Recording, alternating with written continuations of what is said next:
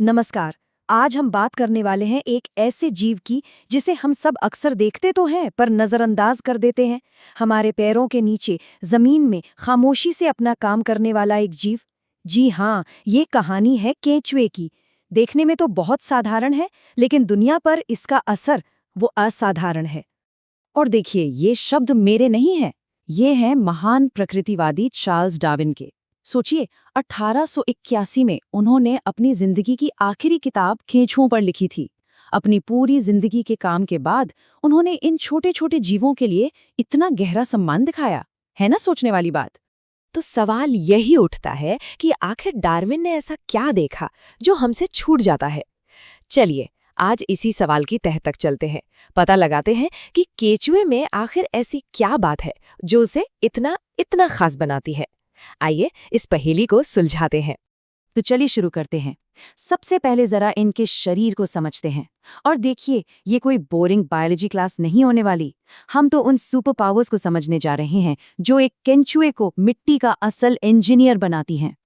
देखिए, एक केंचुए का शरीर वो करीब 100 से 150 हिस्सों या कह लीजिए छोटी छोटी रिंग्स से बना होता है।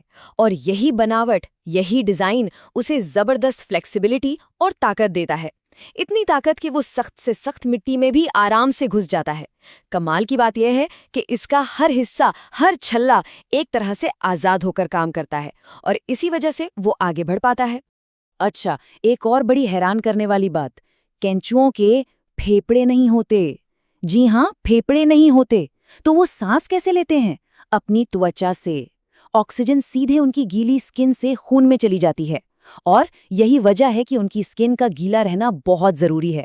और यही कारण है कि वो अक्सर रात में या फिर बारिश के बाद हमें जमीन पर रेंगते हुए दिखते हैं।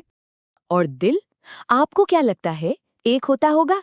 नहीं, केंचुए के पास एक दिल नहीं बल्कि 5 जोड़ी एओर्टिक आर्च होते हैं। मतलब कुल 10, जो एक तरह से दिल का ही काम करते हैं। ये छोटे छोटे लेकिन शक्तिशाली पंप मिलकर खून को उसके पूरे शरीर में दौड़ाते हैं। कमाल है ना? अब बात करते हैं इनके पाचन तंत्र की। ये भी किसी फैक्ट्री से कम नहीं है। ये मिट्टी और उसमें मिली सड़ी गली पत्तियों को बस निगल जाते हैं। फिर ये खाना इनके क्रॉप में जाकर स्टोर होता है और उसके बाद गिजर्ड में छोटे छोटे पत्थरों की मदद से पीसा जाता है, बिल्कुल एक चक्की की तरह। आखिर में आते सारे जरूरी न्यूट्रिएंट्स सोख लेती हैं और बाकी बची मिट्टी बाहर। क्या गजब की एफिशिएंट सिस्टम है। तो अब हम ये तो समझ गए हैं कि एक केंचुआ क्या होता है। अब देखते हैं कि वो करता क्या है। अब हम बात करेंगे उस काम की जो उसे बनाता है, इकोसिस्टम का इंजीनियर। भारत में तो सदियों से एक बात कही जाती है, केंचुआ किसान का मित्र है। और ये सिर्फ कहने की बात नहीं है, ये एक सच्चाई है। किसान हमेशा से जानते हैं कि जिस मिट्टी में केंचुए हैं वो मिट्टी जिंदा है, उपजाऊ है और वहां फसल हमेशा अच्छी होगी। लेकिन इसका असर कितना बड़ा हो सकता है, अंदाजा लगाइए। 1 एकड़ जमीन में केंचुए हर साल 2 टन से लेकर 250 टन तक मिट्टी को नीचे से ऊपर ला सकते हैं। सोचिए, 250 टन! ये लगातार चलने वाली जुताई है जो मिट्टी को नर्म और हवादार बनाती है। इससे पानी और पोषक तत्व पौधों की जड़ों तक आसानी से पहुंच जाते हैं। ये काम तो कोई ट्रैक्टर भी इतनी अच्छी तरह नहीं कर सकता। पर रुकिए, सारे केंचुए एक जैसा काम नहीं करते। इनकी भी समझ लीजिए 3 अलग अलग टीमें हैं। पहली टीम है एपिजिक। ये सतह पर काम करते हैं, गिरी हुई पत्तियां, गोबर ये सब खाकर खाद बनाते हैं। दूसरी टीम एंडोजिक। ये मिट्टी के अंदर काम करते हैं, हॉरिजॉन्टल सुरंगें खोदते हैं और मिट्टी में हवा भरते हैं। और तीसरी टीम एनेसिक। ये है डीप वर्कर्स। ये सतह के कचरे को नीचे गहरी मिट्टी में खींच कर ले जाते हैं और मिला देते हैं। हर टीम का अपना एक बहुत जरूरी काम है।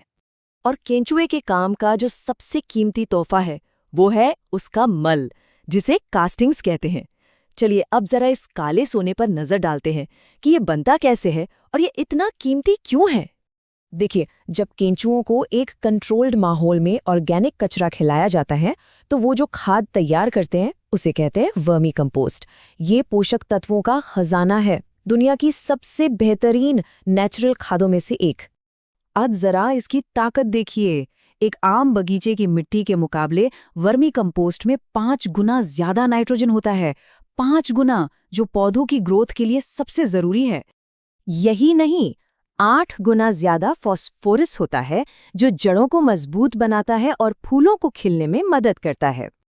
और 11 गुना ज्यादा पोटाश, जो पौधों को बीमारियों से बचाता है। नाइट्रोजन, फास्फोरस, पोटाश, इन तीनों का ये जबरदस्त कॉम्बिनेशन ही तो वर्मी कंपोस्ट को पौधों के लिए एक सुपर फूड बना देता है।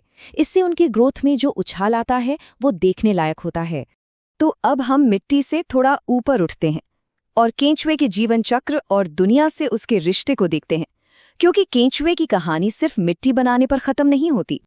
केंचुओं के बारे में और दिलचस्प बात, वो उभयलिंगी होते हैं, मतलब हर केंचुए में मेल और फीमेल दोनों के प्रजनन अंग होते हैं। लेकिन मजे की बात यह है कि फिर भी उन्हें बच्चे पैदा करने के लिए एक पार्टनर की जरूरत पड़ती है। मेटिंग के बाद वो एक छोटा सा कोकून बनाते हैं और उसी से फिर नए केंचुए पैदा होते हैं। और इकोसिस्टम में इनका रोल देखिए, ये फूड चेन का एक बहुत जरूरी हिस्सा है। कितनी ही पक्षी, मेंढक और मछलियां इन पर जिंदा रहते हैं। हम इंसान भी इन्हें मछली पकड़ने के लिए चारे की तरह इस्तेमाल करते हैं। यहाँ तक कि पुरानी पारंपरिक दवाइयों में भी इनका जिक्र मिलता है। और आज के ज़माने में वर्मी कल्चर यानी केंचुआ पालन खुद में एक बहुत बड़ी इंडस्ट्री बन चुका है। तो अगली बार जब बारिश के बाद कोई केंचुआ ज़मीन पर रेंगता हुआ दिखे, तो उसे सिर्फ एक कीड़ा मत समझिएगा। याद रखिएगा, वो एक इंजीनियर है, एक किसान है और एक खाद बनाने वाली फैक्ट्री भी।